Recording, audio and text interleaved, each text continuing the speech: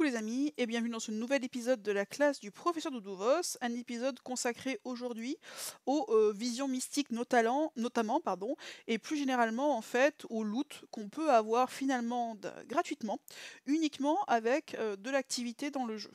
Donc ce que j'ai fait en fait, comme vous pouvez le voir ici, c'est que pendant 28 jours, c'est-à-dire pendant une voie du courage en fait, et une voie des géants, j'ai en fait screené tout ce que j'appelle moi les loots qui n'impliquent finalement gratuits, c'est-à-dire ceux qui n'impliquent aucune compétence particulière dans le jeu si ce n'est d'avoir de l'activité. Donc les loots VDC, VDG, à l'exclusion des coffres, parce qu'en fait j'ai oublié de le faire au début et puis après c'était trop tard.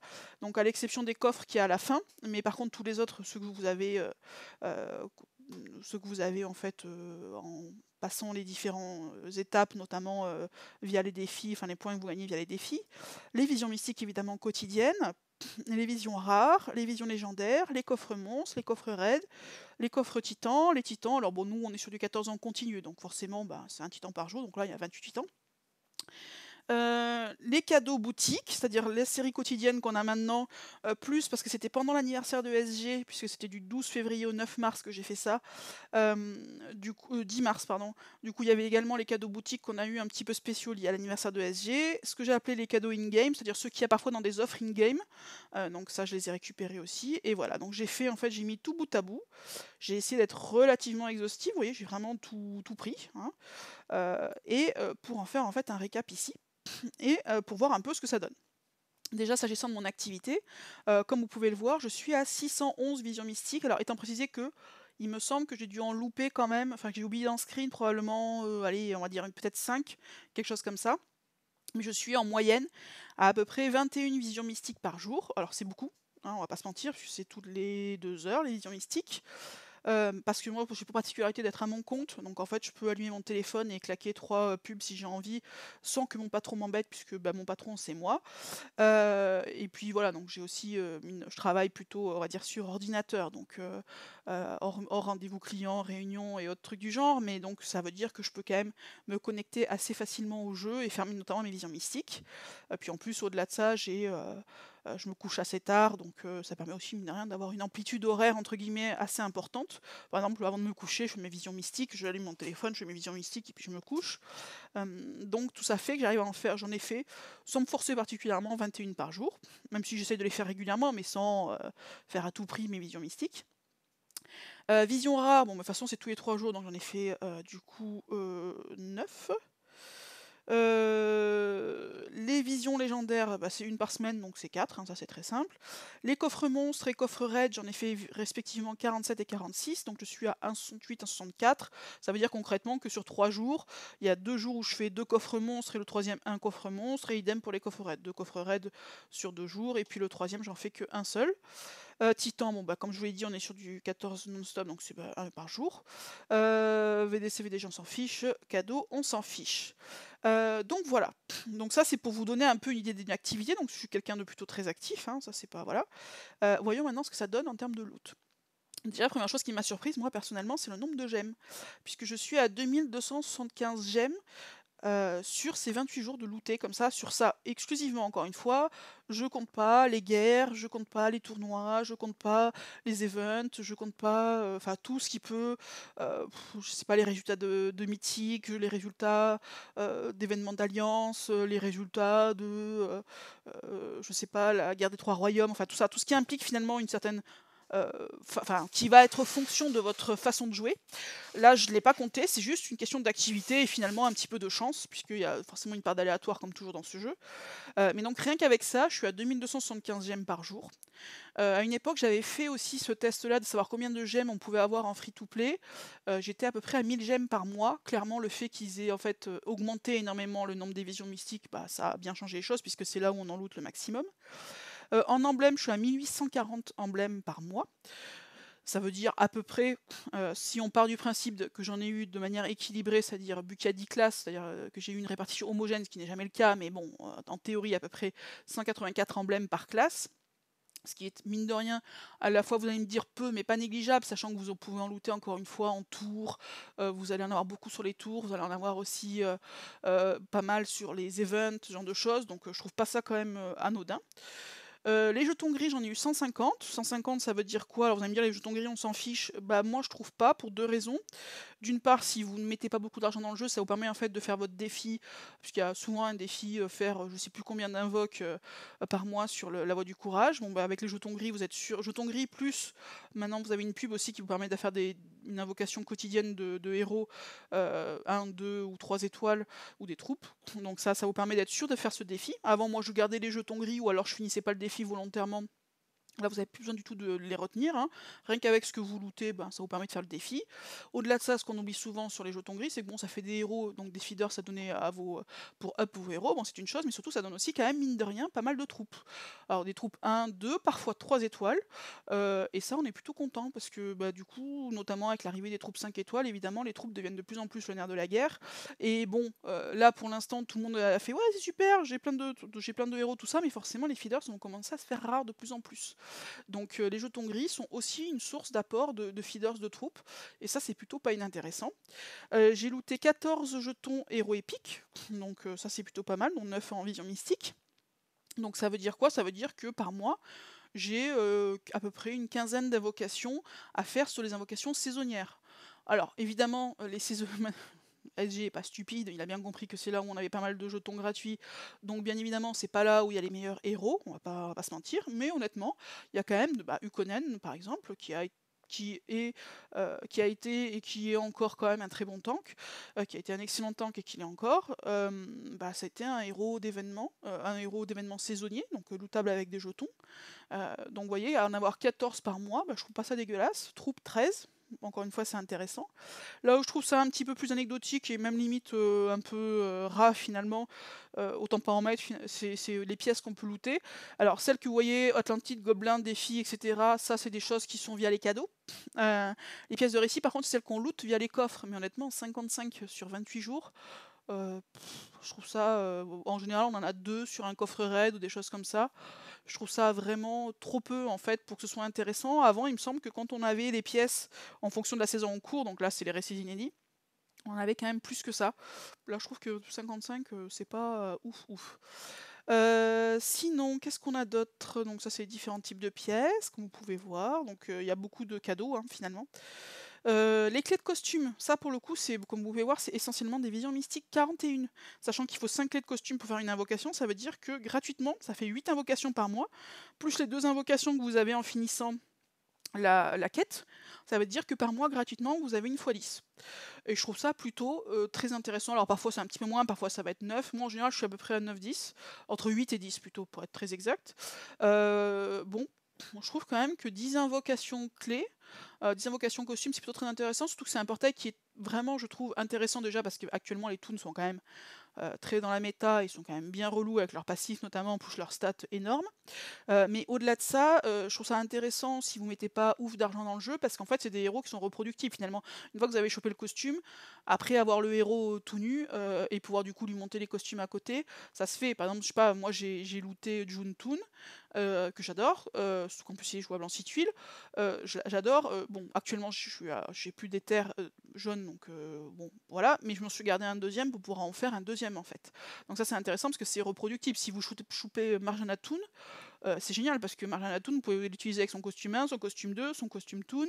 Honnêtement, vous pouvez facilement en monter 2 voire 3, si vous avez encore une fois de quoi lui mettre des éthers et tout ça. Mais du coup, vous pouvez en faire plusieurs et honnêtement, ça trouvera de la place dans votre deck. Donc je trouve que les costumes c'est très bien. En plus, vous avez également des 4 étoiles qui sont quand même très sympas que vous pouvez jouer également en GDA avec des stats. Alors bon, les stats des costumes Toon ne sont pas aussi intéressantes que les stats des costumes Toon 4 étoiles que ceux des 5 étoiles.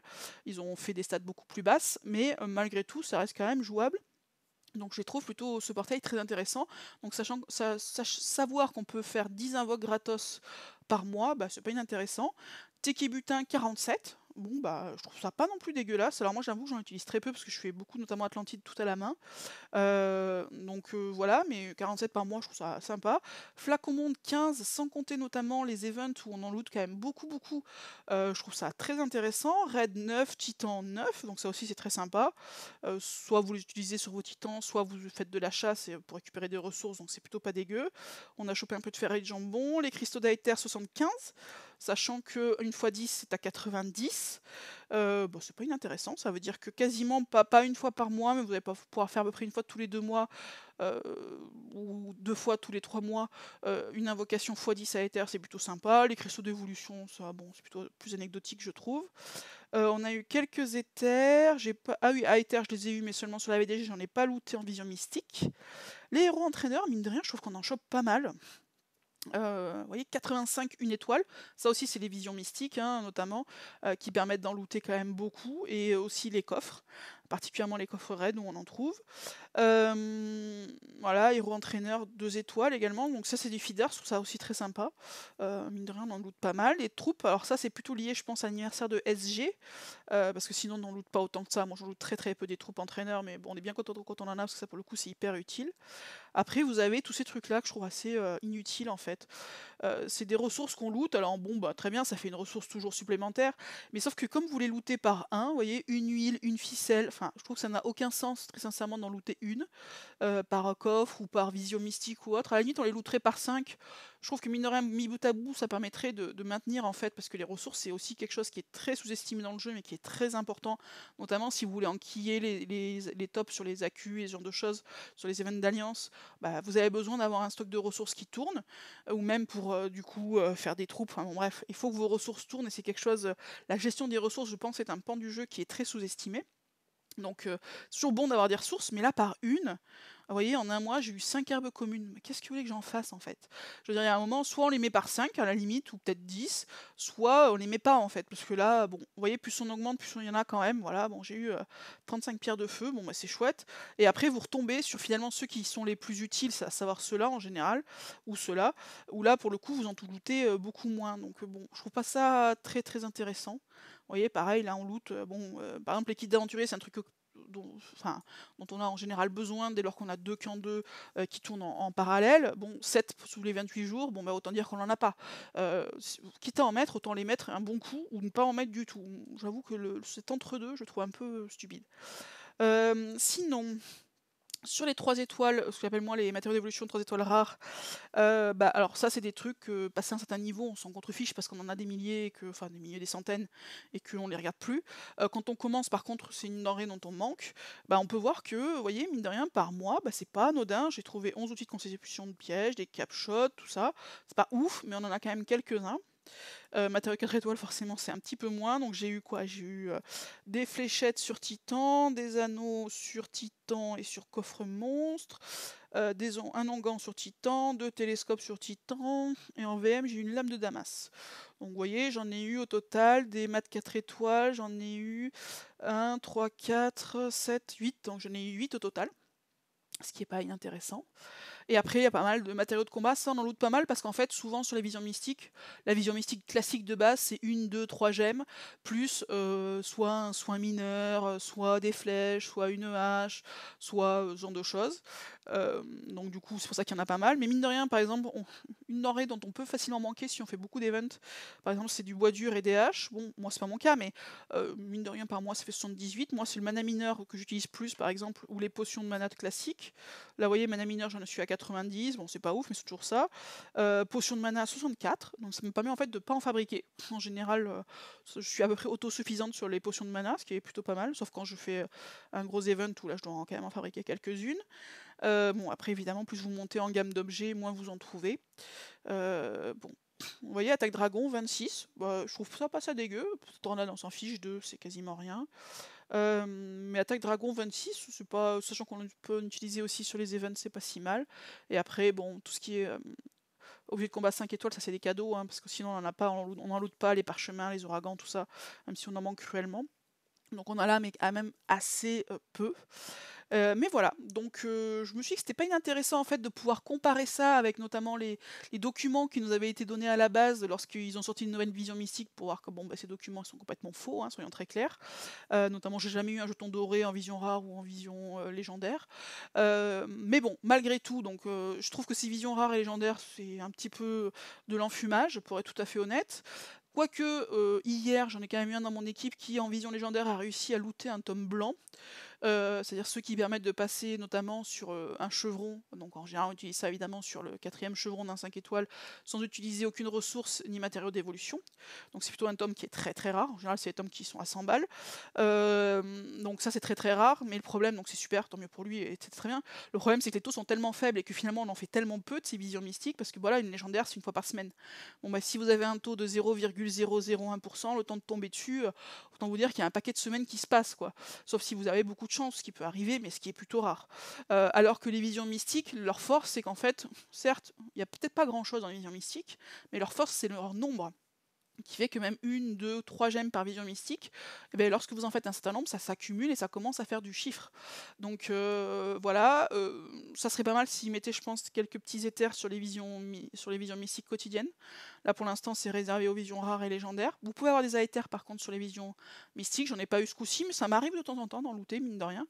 Mais vous voyez, comme là j'en ai fait sur 28 jours 611, ben voilà, même si vous avez un petit pourcentage, si vous en faites beaucoup, beaucoup, beaucoup, même si vous n'avez pas une chance de ouf, tôt ou tard ça va tomber.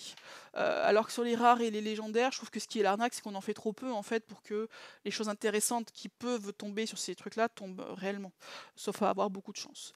Mais voilà, donc sachez que, encore une fois, sans aucun talent particulier dans le jeu, avec juste de l'activité, mais beaucoup d'activité, j'en conviens, eh bien, on peut quand même avoir un certain nombre de ressources que je trouve non négligeables, que ce soit sous forme d'ogèmes, d'emblèmes, de jetons et de tirages divers et variés, quelques ressources aussi, notamment des objets de combat. Voilà, tout ça c'est pas inintéressant, les clés, enfin bref, les héros entraîneurs, tout ça aussi c'est assez sous-estimé, mais moi je trouve ça très intéressant. On peut quand même avoir pas mal de choses. Alors si on rajoute à ça, encore une fois, les coffres de guerre, le loot qu'on a quand on gagne une guerre au-delà du coffre, si on rajoute à ça les tournois, si on rajoute à ça la G3R, le titan mythique, les événements d'alliance, enfin bref, il y a quand même beaucoup de choses qui tombent, les quêtes évidemment, puisque je n'ai pas inclus les quêtes là-dedans, donc toutes les quêtes que vous avez, les gobelins, les elfes, les machins, les trucs, ça commence à être pas inintéressant. Évidemment, c'est pas ça qui va vous faire avoir un deck de folie, hein. Bon, moi ça me fait toujours rire quand je vois des fois des défenses et que les gens disent ah non mais je suis free to play. Non, non, tu n'es pas free to play. On n'a pas ce type de tirage là en free to play, même quand on a beaucoup de chance. Donc derrière il y a de l'argent, mais bon, à la limite pourquoi pas. Enfin je veux dire c'est pas une difficulté, hein. Chacun met ce qu'il veut. S'il veut mettre de l'argent, honnêtement, moi j'y vois rien à redire. Et je pense que personne n'a rien à voir à y redire puisque chacun fait ce qu'il veut de son argent finalement. Mais bon, c'est pas avec des loots comme ça que vous allez avoir des défenses de fou.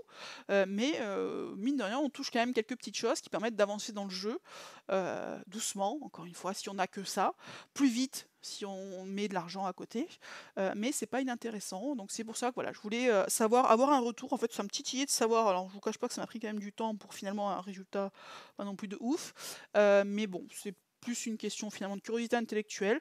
Je voulais savoir ce qu'on pouvait avoir finalement en un mois de vision mystique, notamment parce que c'est les visions mystiques qui m'intéressaient particulièrement. Et ben, je trouve ça vraiment pas dégueulasse. Voilà. Bon bah écoutez, j'espère que ça vous aura été un minimum utile.